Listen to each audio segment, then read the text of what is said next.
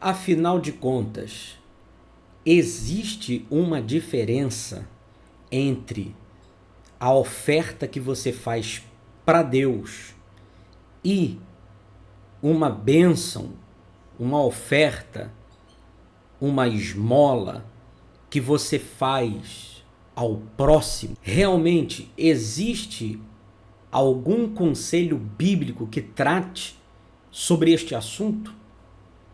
Fica comigo aqui que a gente vai falar sobre isso.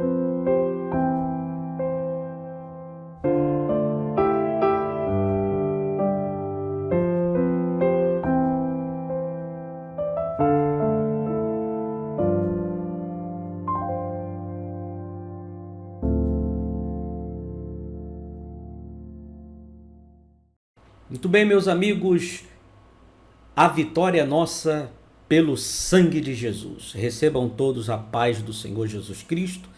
Aqui o seu irmão, pastor Leandro Araújo. A gente está sempre por aqui nessa plataforma, abrindo a Bíblia e falando dela para todos vocês que nos acompanham aqui. Quero agradecer imensamente aos irmãos que têm nos acompanhado nessas transmissões, que têm deixado aqui o seu incentivo, seu comentário. Muito obrigado pela participação de todos vocês. Não se esqueça de clicar aqui embaixo, curtir esse vídeo, comentar, compartilhar, deixar o seu like, porque isso é muito importante para as nossas transmissões aqui nas redes sociais. Bom, alguns dias atrás, o mundo gospel foi surpreendido com a atitude de uma cantora de música secular, onde eu vou ter bastante cuidado para falar sobre esse assunto, porque eu não quero aqui polemizar, apenas deixar algumas considerações bíblicas em cima desses comportamentos e dessas coisas que aconteceram nos últimos dias. O fato é que essa cantora do mundo secular, vivendo lá a sua vida da maneira como ela entende, da maneira como ela acha que tem que ser, né? Simplesmente ela decidiu no seu coração fazer a compra de um imóvel e passar esse imóvel para o nome da igreja evangélica. Então a gente chama isso aí de uma bênção, né? A igreja evangélica, a liderança daquela igreja evangélica foi abençoada com este presente, com esta dádiva. Mas isso seria alguma coisa, eu acredito que isso seria alguma coisa muito corriqueira se acontecesse entre os anônimos, aquelas pessoas que não têm nenhuma expressão nas redes sociais e no mundo digital, o que não era o caso, porque a cantora em questão é muito famosa no Brasil inteiro, né? Todo mundo a conhece. E algumas pessoas vieram até me questionar o que eu achava, falar um pouco, me posicionar.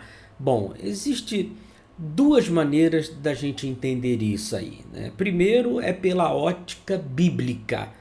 Então não é nada do que eu penso, do que eu imagino, do que eu acho, porque essas considerações diante daquilo que a Bíblia mostra, revela e fala, são considerações meramente humanas e diante das Escrituras elas se tornam praticamente inviáveis. Mas a Bíblia é o nosso livro de regra, de fé e de prática. Então o cristão, ele deve sim ser guiado, orientado pelo que diz a palavra de Deus e não pelo que alguém acha ou pensa a respeito de um determinado tema. Então, a primeira coisa que a gente precisa entender é o que a palavra de Deus fala sobre esse assunto.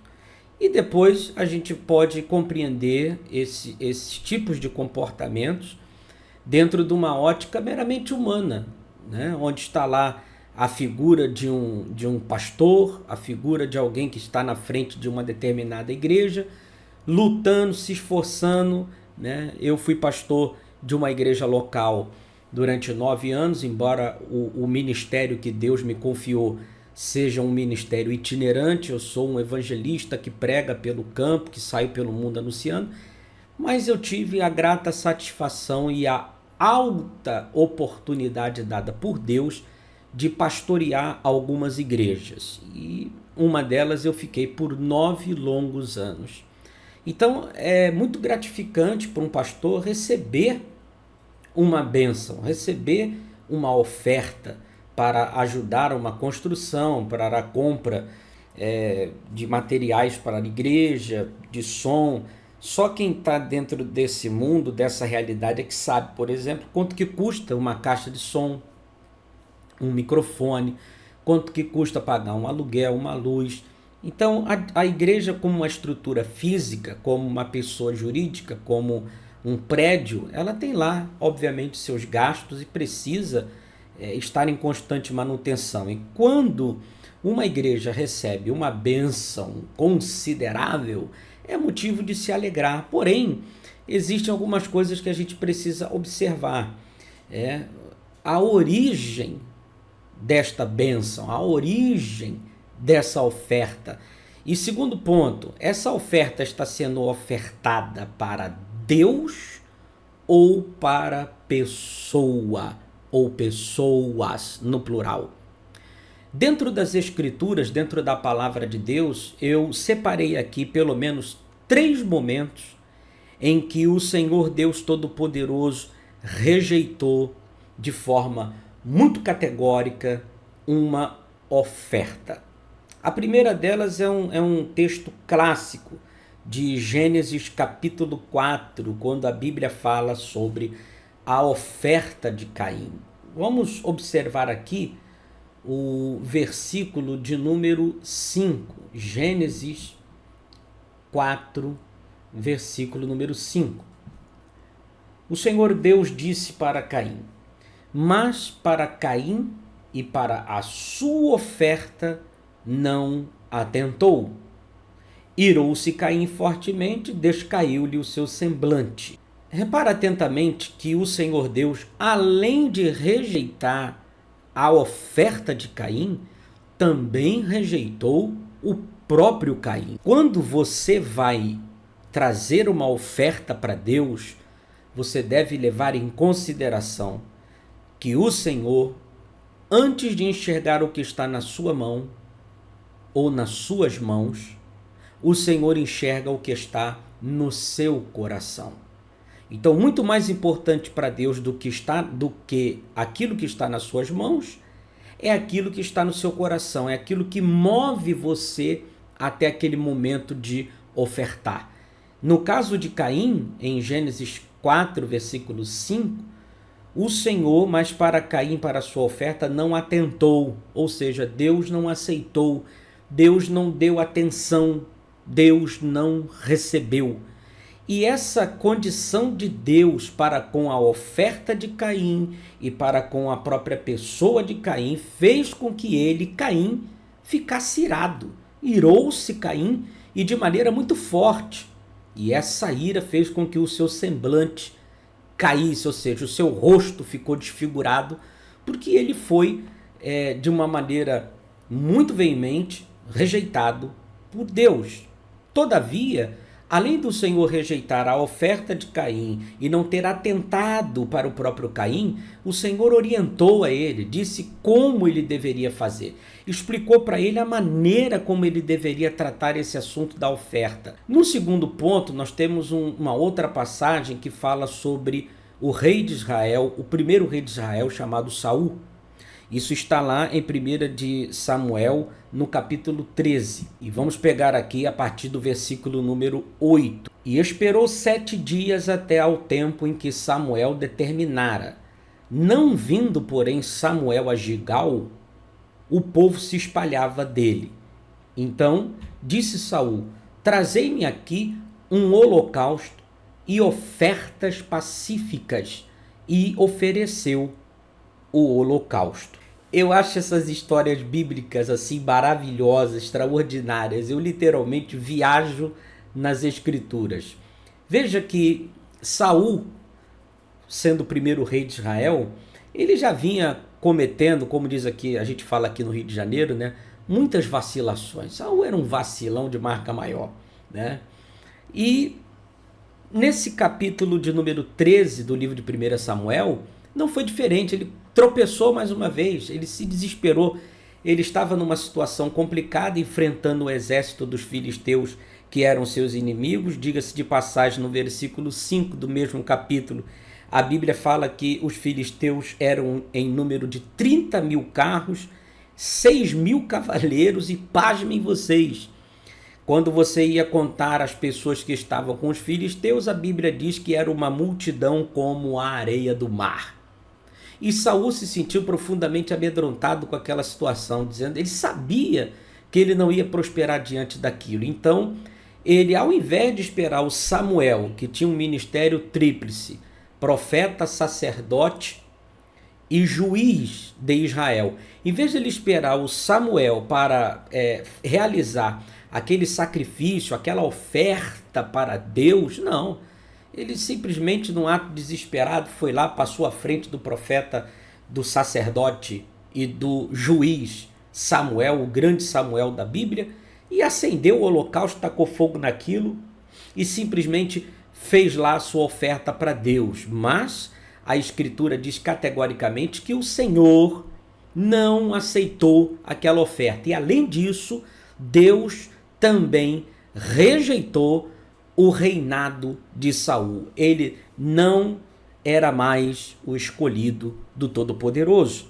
E a gente pode acompanhar essa história também no capítulo 15, 1 de Samuel, capítulo 15. Vamos pegar aqui o versículo 22. Porém Samuel disse, tem porventura o Senhor tanto prazer em holocaustos e sacrifícios como em que se obedeça a palavra do Senhor? Eis que o obedecer é melhor do que o sacrificar e o atender é melhor do que a gordura de carneiros. É muito melhor obedecer a Deus do que ofertar. Mas o povo, a igreja brasileira, nos últimos dias, ela está muito confusa. O número de mestres na Bíblia, de ensinadores de Bíblia, o número de discipuladores está diminuindo a cada dia que passa. Na mesma proporção que as pessoas que deveriam estar aprendendo também está diminuindo. Basta você ver a realidade dos cultos de ensinamentos dentro das igrejas. É um fiasco. Uma igreja que tem 1.000 membros, você vai ver lá o culto de ensino, a escola dominical, o culto da palavra, não tem nem 200 pessoas. Muito diferente dos momentos festivos, né? Então a igreja brasileira sofre demais com a falta de conhecimento bíblico. E é por isso que o profeta Oséias disse, o meu povo está sendo destruído porque lhe faltou o conhecimento. O que leva o crente à destruição espiritual, material, sentimental, emocional é a falta de conhecimento. Cristo disse, conhecereis a verdade, ou seja, conhecereis e terás acesso ao conhecimento, e essa verdade te libertará. Por último, eu quero destacar aqui o episódio de Ananias e Safira, um episódio bem conhecido por todos vocês, que está registrado no livro de Atos dos Apóstolos, no capítulo 5.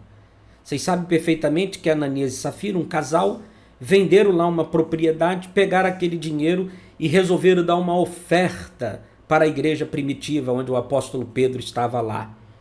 O problema é que eles mentiram a respeito dos valores que foram vendida aquela propriedade.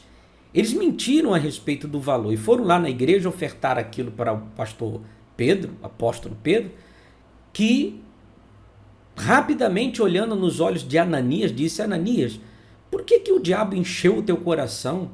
Você não mentiu para os homens, você mentiu para Deus.